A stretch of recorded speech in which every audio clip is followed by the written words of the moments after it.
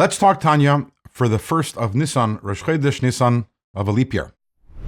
So in yesterday's Tanya, we spoke about the greatest of the great, the greatest tzaddikim, the Ovis, the patriarchs, Avraham, Yitzhak, and Yaakov, and how they were on a level of Mesiras Nefesh, absolute submission to God, nullification to God, and therefore the level of their souls was on the level of the world of Atzilus, the world of godliness.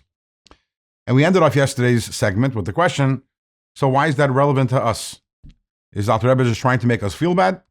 And here's a rule of thumb. Whenever we hear something, we hear about something, and it sounds like it's beyond us, it's something which is not really in our level, and we might be right, it really is beyond us. For us to have the delusions that we could be on the level of Avraham, Yitzhak, and Yaakov, yeah, that is a bit delusional, but at the same time, in some way, in some form, in a small way, we can have a connection to it, which is why the Alter Rebbe is telling us about it. Alter Rebbe tells us like this, something interesting.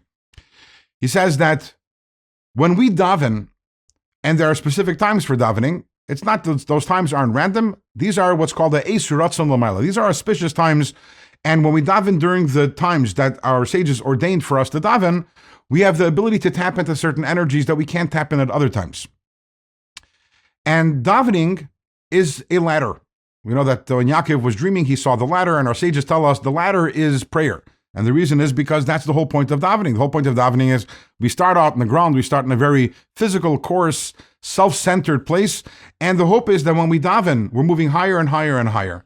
And in Kabbalah talks very specifically about davening having 4 rungs, this ladder having 4 rungs, 4 different levels in davening. The highest level in davening is the Amidah, the Shemona Esrei.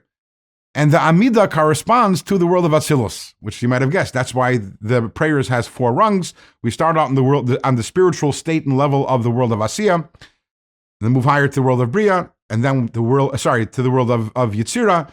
And then when we get to the Shema, we're on the level of Bria. And ultimately, what we're trying to accomplish is that by the time we get to the Amidah, we're experiencing something somewhat of the world of Atzilus, a little of that being subsumed in godliness, losing our ego, losing ourselves, that nullification, that submission to God, which is why we stand at attention when we say the Amidah.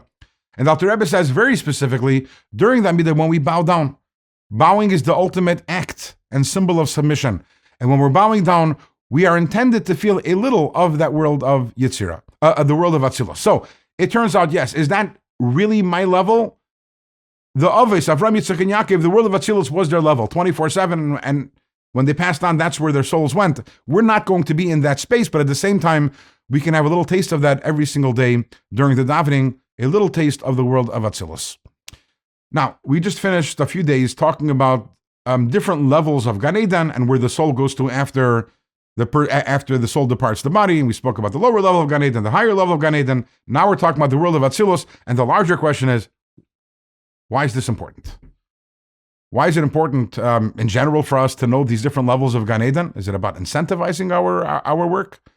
And very specifically, Tanya is a very targeted work in terms of what it's trying to accomplish. And here we're trying to talk about the importance of kavanah, of love and love and awe of God. And how does all this talk about Gan Eden? Why is that important for our service of God? And that we will answer, God willing, in tomorrow's Tanya.